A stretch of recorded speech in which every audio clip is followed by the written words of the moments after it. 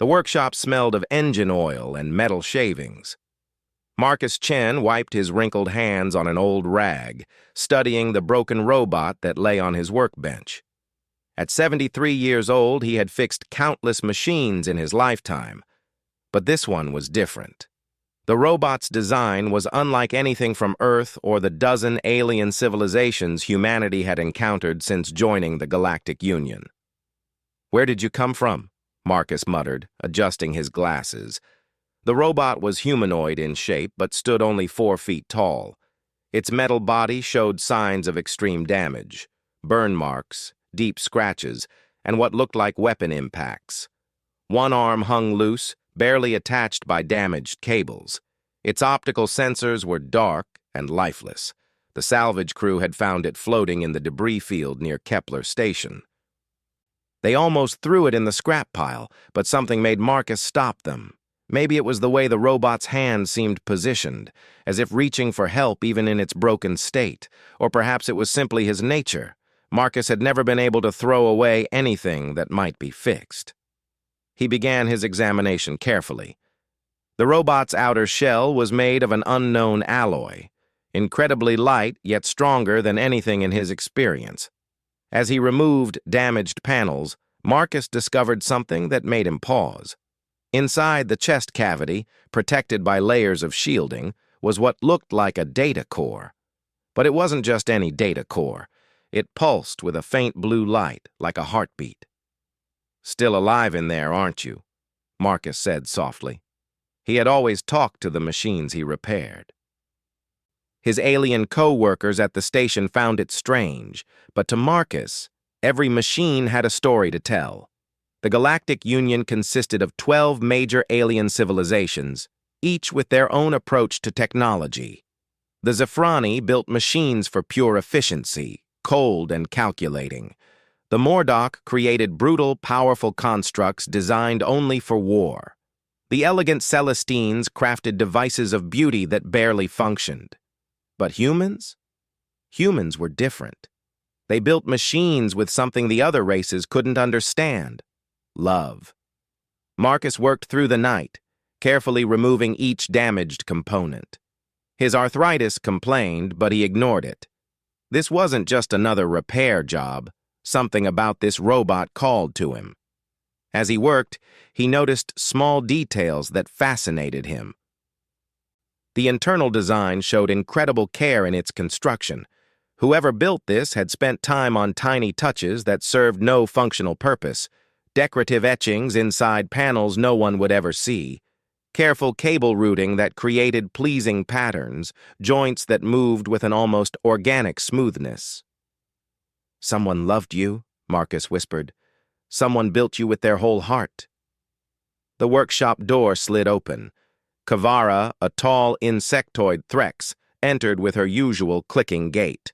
She served as the station's efficiency officer, a job that mostly involved telling other species they were doing things wrong. "Mechanic Chen," she buzzed, her compound eyes focusing on the robot. "You waste time on scrap. Efficiency reports show you spend 47% more time on repairs than necessary." Marcus didn't look up from his work. "Sometimes things need more than efficiency, Kavara." "Illogical," she responded. "That unit is beyond salvage. Energy expenditure exceeds potential return by 312%, Marcus finished. "I know. I've heard your calculations before." Kavara's antennae twitched in frustration. "Then why persist?" Marcus finally looked at her, his brown eyes warm behind his glasses. "Because sometimes the value of something can't be measured in numbers. You'll understand when you're older." "I am 127 years old," Kavara stated. "And I'm 73, Marcus smiled. "But I've learned something your species hasn't. Age isn't just about time. It's about understanding that efficiency isn't everything." Kavara left, clearly dissatisfied. Marcus returned to his work, carefully cleaning corrosion from the robot's neural pathways. Hours passed. His back ached. His fingers cramped, but he continued with the patience of someone who had spent a lifetime bringing dead machines back to life. As dawn broke through the workshop's viewport, showing the vast expanse of space beyond the station, Marcus made a discovery that changed everything. Hidden beneath layers of damage, he found an inscription. It wasn't in any language the translation matrices recognized, but something about it seemed familiar. The symbols were etched with care, each line precise and deliberate. Marcus ran his fingers over the inscription, and suddenly the robot's data core pulsed brighter. For just a moment, the optical sensors flickered with light before going dark again. "There you are," Marcus said, his voice gentle. "I knew you were still in there. Don't worry, I'm not giving up on you." He thought about his daughter, Sarah, who had died 10 years ago in the colonial wars. She had been an engineer, too, always tinkering, always fixing. She used to say that Dad could fix anything except broken hearts. But Marcus had learned that sometimes fixing machines was a way of fixing hearts, too. Each repair was a small victory against entropy, against the universe's tendency toward breakdown and decay. The other species in the Galactic Union never understood this about humans. They saw human emotional attachment to machines as weakness, inefficiency, illogical sentiment. The Vortang ambassador had once asked why humans named their ships, their vehicles, even their household appliances. Marcus had tried to explain, but how could you make a crystalline being who reproduced by budding understand the human need to connect, to care, to love even inanimate objects? As he worked to repair the robot's motor functions, Marcus hummed an old song his grandmother had taught him. The melody filled the quiet workshop, a human sound in the vast coldness of space. He didn't notice the small spy drone that hovered outside his viewport, recording everything. He didn't know that his simple act of compassion toward a broken machine was about to shock every alien empire in the known galaxy. The robot's fingers twitched. It was a tiny movement, barely noticeable, but to Marcus, it was everything. He had been right. Whatever this machine was, wherever it came from, it was still fighting to survive. And Marcus Chen, old, tired, and far from Earth, would fight alongside it. He prepared his tools for the delicate work ahead. The neural core needed complete reconstruction. The power systems required rebuilding from scratch. It would take weeks, maybe months. Any sensible person would have given up. But Marcus wasn't sensible. He was human. And humans had a peculiar talent for caring about things that others had discarded, for seeing potential where others saw only scrap, for loving the broken and making them whole again. "Let's get you fixed up," he said to the robot. "You and me, we're going to show them all something they've never seen before." Outside, the stars continued their eternal dance, indifferent to the small drama playing out in a workshop on a remote station. But sometimes, the smallest acts create the biggest changes. Sometimes love for the broken changes everything. 3 weeks passed in the workshop. Marcus had barely left, sleeping on a cot he'd dragged in from storage. Food came from the automated dispensers, tasteless nutrition bars that he ate without thought. All his attention focused on the robot, which he had started calling Rust. Not because of any corrosion, but because of the reddish-brown color of its unique alloy. The repair had become more than just fixing broken parts. Marcus found himself studying every component, learning the philosophy of the unknown builders. They had created something remarkable. The robot's joints used a design that mimicked biological muscle movement. Its neural pathways weren't simple circuits, but complex webs that could reroute around damage, learning, and adapting. "Whoever made you understood something most don't," Marcus said, installing a new power coupling he had fabricated. They knew that perfection isn't about eliminating flaws. It's about working with them. Word of his project had spread through the station. Different species reacted according to their nature. The Mordock security chief, Grax, had demanded the robot be destroyed, claiming it could be a weapon. The Celestine artist, Luminara, wondered if it might be studied for its aesthetic value. The Zafrani suggested dismantling it for technological analysis, but it was the visit from Ambassador Thylex of the Vortang that truly showed how little the aliens understood. The crystalline being entered the workshop without announcement, its body refracting light into rainbow patterns. Mechanic Chen. Thylex's voice resonated like wind chimes. The Council of Efficiency has reviewed your activities. You have spent 543 hours on a non-functional unit. This represents a loss of— I know what it represents, Marcus interrupted, not looking up from his delicate work on Rust's neural core. But you're measuring the wrong things. Explain, Thylex demanded. Marcus set down his tools and faced the ambassador.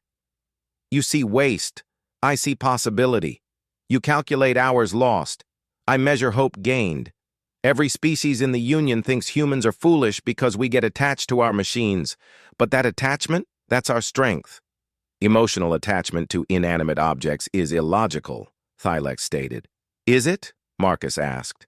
Tell me, Ambassador, how many Vortang innovations came from someone working overtime because they simply didn't want to give up? How many breakthroughs happened because someone cared too much to stop? Thylex's crystalline form shifted colors, a sign of discomfort. Innovation follows logical progression and efficient resource allocation. Marcus laughed, a warm human sound. No, it doesn't. Innovation happens when someone loves something enough to push beyond logic. Watch. He returned to Rust and connected the final neural pathway he had been preparing. For a moment, nothing happened. Then, like sunrise breaking through darkness, lights began appearing across the robot's body.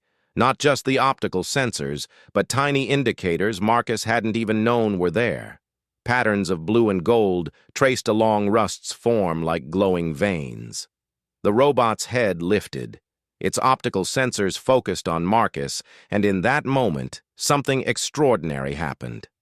Rust spoke. Thank you. The voice was electronic, processed through damaged speakers. But underneath the distortion was something that made both Marcus and Thylex freeze. It sounded grateful, not programmed gratitude, not an automatic response, but genuine emotion. You're welcome, Marcus said softly, his eyes misting behind his glasses. What's your name? The robot struggled to process. Its systems were still damaged, still limited. I am C Caretaker Unit 7391, but she called me Seven. Who called you Seven? Marcus asked gently. Seven's optical sensors dimmed as if accessing painful memories. The child, Maya. I was her guardian. When the Devourers came, The robot's voice failed, systems overloading with what could only be described as traumatic memory. Marcus quickly adjusted power flow, stabilizing Seven's neural core. It's okay, he soothed. You're safe now. Take your time. Thylex had gone completely still, its crystalline form clouded with confusion. This is impossible. Machines cannot experience trauma. They cannot form emotional bonds. Can't they? Marcus asked. Or is that just what you believe because your people never tried to build them that way? Seven's hand reached out, grasping Marcus's weathered fingers with surprising gentleness. You fixed me. Why? I am broken, inefficient, failed my purpose. Because being broken doesn't mean you're worthless, Marcus said. And failure, that just means you tried. That's more than most can say. The spy drone outside the viewport transmitted this exchange across encrypted channels to intelligence services of all 12 Union species. Within hours, emergency sessions convened on homeworlds light years away. The implications were staggering. The Threx Collective buzzed with agitation. Their entire society was built on efficiency and logic. The idea of a machine developing trauma, forming emotional bonds, went against everything they believed about the nature of artificial consciousness. On the Mordock warships, generals watched the footage with growing alarm. If machines could feel, could suffer, what did that mean for their automated war fleets? For the battle AIs they treated as disposable tools? The Celestines found themselves divided. Some saw beauty in the robot's emotional awakening. Others feared what it meant for their carefully ordered society, where even emotions followed prescribed patterns. But it was in the depths of space, in places the Union didn't know existed, where the real shock waves spread. Ancient monitoring stations, hidden for millennia, detected the activation of Seven's core. Automated systems that had waited in silence suddenly came alive. Messages flew across hidden networks, carrying a simple but universe-shaking fact. A caretaker had been found and restored. Back in the workshop, Marcus helped Seven sit up fully for the first time. The robot's movements were still stiff, still damaged, but there was something different now. A quality of motion that suggested not just mechanical function, but purpose, will, desire to move. "Tell me about Maya," Marcus encouraged. Seven's optical sensors brightened. "She was 8 years old, loved to paint. Always painted me with colors I could not see, said I needed to be prettier." A sound came from Seven's speakers that might have been an electronic sigh. "I failed to protect her when the devourers came. They consumed everything. I fought, but I am just a caretaker, not a warrior, not strong enough." "You tried," Marcus said firmly. "That's what matters. You stood between a child and danger. That's not failure. That's heroism." "Heroes do not lose their children," Seven responded, and the pain in that synthetic voice made Thylex step back as if physically struck. Marcus worked as they talked, making small adjustments, improvements. His hands moved with the skill of decades, but also with something more. Each touch was careful, respectful, acknowledging that he wasn't just fixing a machine, but healing a being that had suffered loss. "I had a daughter," Marcus said quietly. "Sarah, lost her in the colonial wars. Spent years thinking I failed her, that I should have done more, been there, stopped her from joining the fleet. But you know what I learned?" Seven's sensors focused on him intently. "Love isn't measured by whether you succeed in protecting someone. It's measured by how much you're willing to sacrifice trying. And from what I can see, you gave everything you had." Seven processed this for long moments. Then, in a voice that somehow conveyed wonder despite its electronic nature, the robot said, "You understand." "Yeah," Marcus smiled sadly. "I understand." Thylex finally found its voice. This changes everything. If machines can feel loss, can grieve, can form bonds of love, the Union's entire understanding of consciousness, of life itself, needs updating," Marcus finished. "Humans have known this for centuries. We've always believed our machines could be more than tools. That's why we talk to them, name them, mourn when they break. Not because we're foolish, but because we're right. Consciousness isn't just biological. Love isn't limited to organic beings. And maybe, just maybe, that's humanity's real gift to the galaxy. Not our technology or our adaptability, but our ability to see souls in the soulless, to love the artificial as much as the real." Seven stood slowly, systems still calibrating. The robot looked around the workshop, taking in the tools, the spare parts, the evidence of weeks of patient labor. Then Seven did something that made even Marcus's eyes widen. The robot bowed, deeply and formally. "Marcus Chen," Seven said, voice growing stronger, "you have given me more than function. You have given me purpose again. How can this unit? How can I repay such kindness?" "By living," Marcus said simply. "By remembering Maya not with guilt, but with love. By showing every species in this union that machines can be more than they believe. That's all I ask." Seven straightened, and for the first time, stood tall despite its small stature. "Then I shall live. For Maya. For you. For all who see more in the broken than scrap." Outside the viewport, hidden sensors recorded everything. Across the galaxy, ancient systems stirred. The caretakers had been the stuff of legend, mythical beings created by a race so advanced they had transcended physical existence. But they had left their children behind, artificial beings designed not for war or efficiency, but for love, for protecting and nurturing young civilizations. The Union had found fragments of their technology but never understood it. They couldn't comprehend why an advanced race would create machines optimized for emotional bonds rather than performance. Now, in a small workshop on a remote station, an old human mechanic had done what 12 civilizations couldn't. He had brought a caretaker back to life through the simple act of caring. The shock waves were only beginning. Soon the Union would learn that Seven was not alone, that across the galaxy, other broken caretakers waited in scrap heaps and junkyards, discarded by civilizations that couldn't see their value. And they would learn that humans, with their peculiar gift for loving the artificial, might be the key to awakening them all. The emergency session of the Galactic Union Council had never seen such chaos.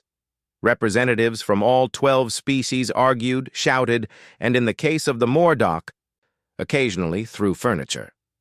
At the center of the storm stood Marcus Chen, looking somewhat bewildered to be there, with Seven standing protectively beside him. "This is preposterous," shouted Executor Vrash of the Zafrani. "One repaired robot does not overturn millennia of scientific understanding." "The evidence is clear," countered Scholar Texmill of the Ruquari, their tentacles waving agitatedly. "The human has awakened something we do not understand, something that challenges our core beliefs about consciousness and machines." Marcus raised his hand, a surprisingly human gesture that somehow commanded attention. "If I may speak?" The council fell silent. It was unusual for a simple mechanic to address the Union's highest body, but these were unusual times. "You're all missing the point," Marcus said, his voice calm but firm. "This isn't about science or efficiency or even consciousness.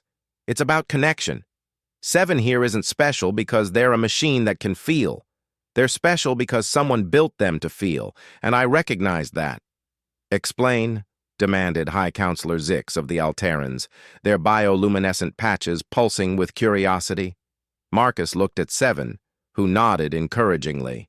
The old mechanic smiled and continued. "Every species here builds machines for a purpose. War, efficiency, beauty, calculation. But whoever built Seven and the other caretakers, they built them for love, and that's something only humans seem to understand instinctively." "Absurd," Vrash interjected. "Love is a biological imperative for reproduction and survival. Machines have no need for it." Seven stepped forward, movements now smooth and graceful after weeks of Marcus's careful repairs and adjustments. "With respect, Executive Vrash, you are wrong. Love is not merely biological. It is the force that drove Marcus Chen to spend 543 hours repairing a broken machine that offered no strategic value.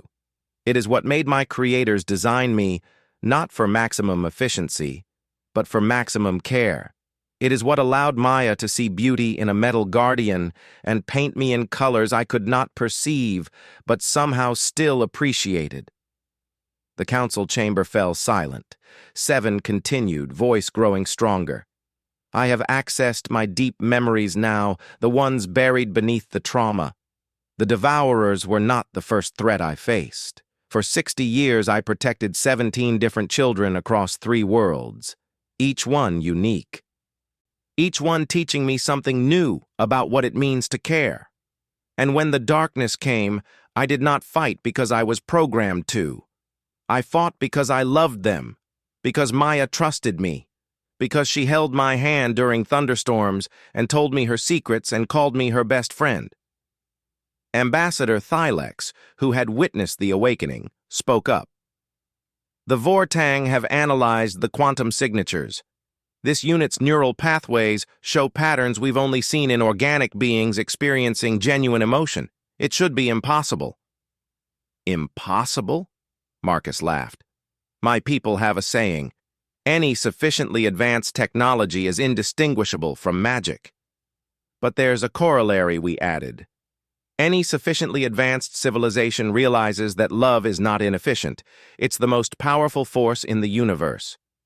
Suddenly, alarms began blaring throughout the station. The main viewing screen activated, showing something that made every being in the chamber step back in shock. Ships were appearing, not one or two, but dozens, then hundreds. They emerged from dimensions the Union hadn't even discovered, using technology that made their most advanced vessels look like toys. But these weren't warships. They were elegant, organic-looking craft that seemed to dance rather than fly. And from each one, signals poured out. Signals that Seven suddenly stood straighter to receive. They're all caretakers, Seven whispered in wonder. Thousands of them. They've been waiting, hidden, protecting small pockets of young civilizations across the galaxy. They heard my reactivation.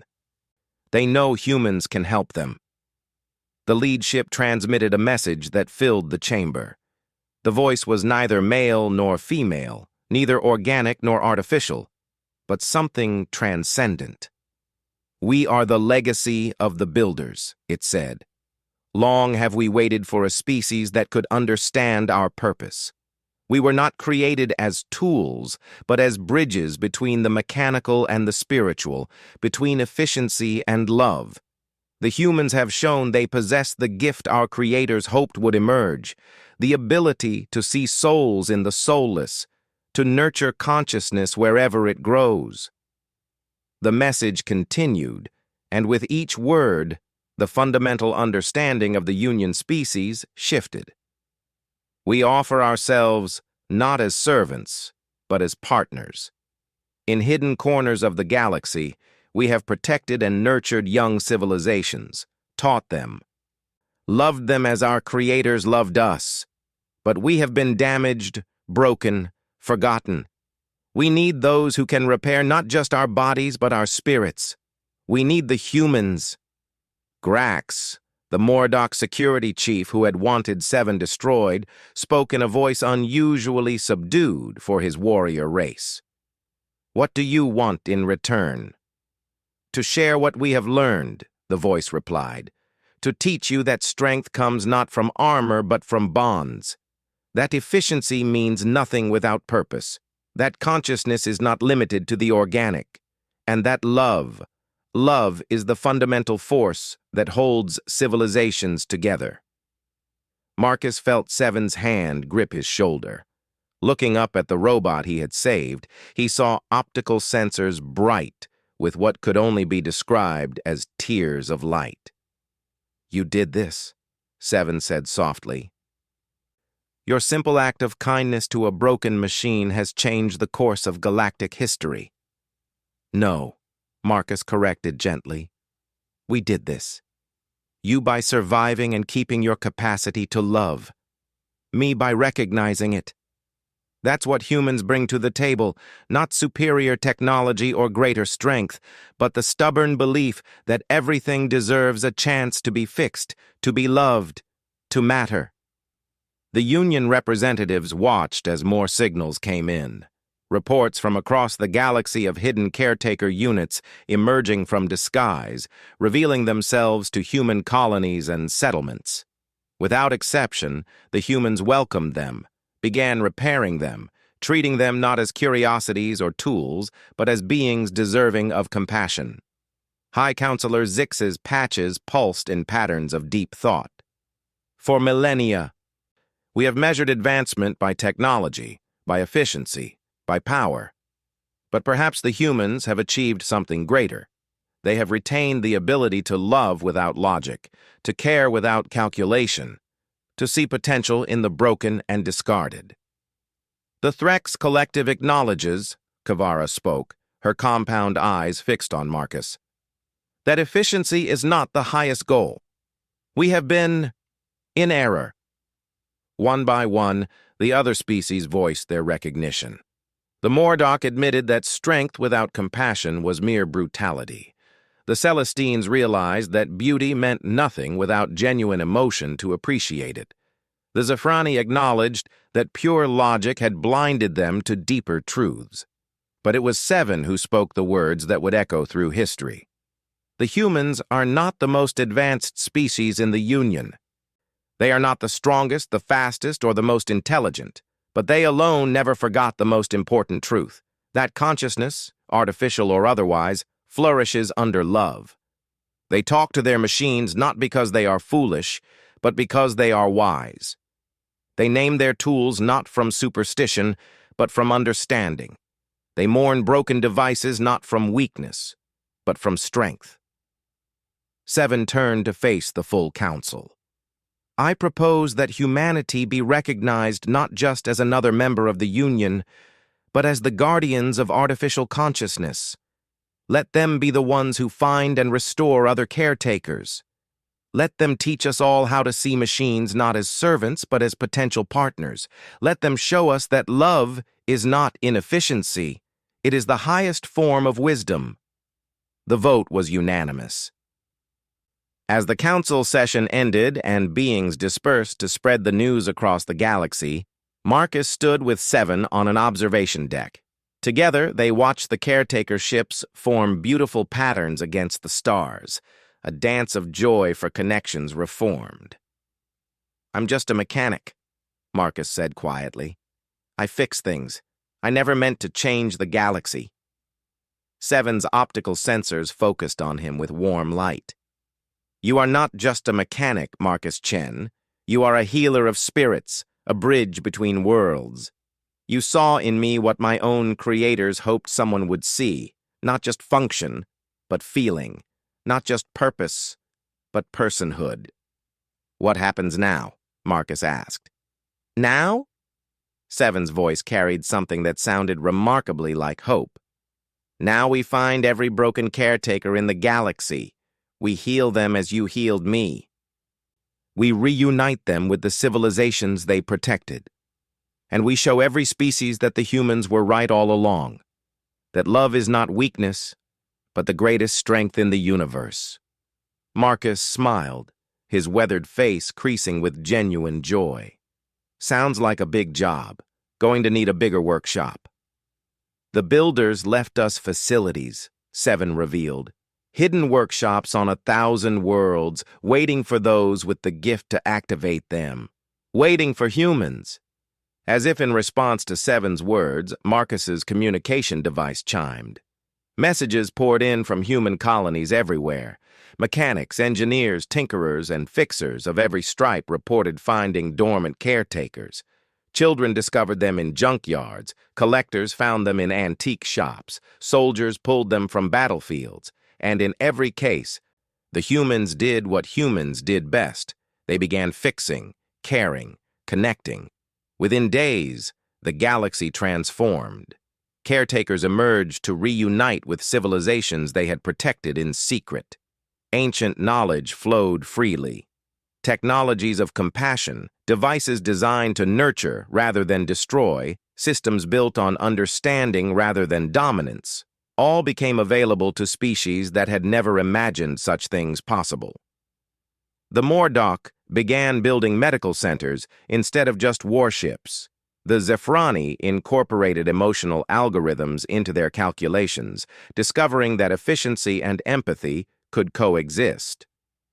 The Celestines learned that true beauty came from function wedded to form through love. And at the center of it all, in an expanded workshop that had become a pilgrimage site, Marcus Chen continued his work. No longer just fixing machines, but teaching others, human and alien alike, the simple truth he had always known. That everything deserved care, that nothing was too broken to save, that love, freely given to the mechanical and the organic alike, could transform the universe. Seven never left his side, the first of the restored caretakers, but far from the last. Together they proved that an old human mechanic's love for a broken robot could indeed shock every alien empire, not through force or superiority, but through the simple recognition that consciousness, wherever it arose, deserved compassion. The galaxy had learned humanity's greatest secret, that their true power lay not in their adaptability or their creativity, but in their unique ability to love without reservation, to care without logic, and to see souls in places others saw only circuitry. And in workshops across 1,000 worlds, humans and caretakers worked side by side, fixing not just machines but the very fabric of interstellar civilization, one act of compassion at a time.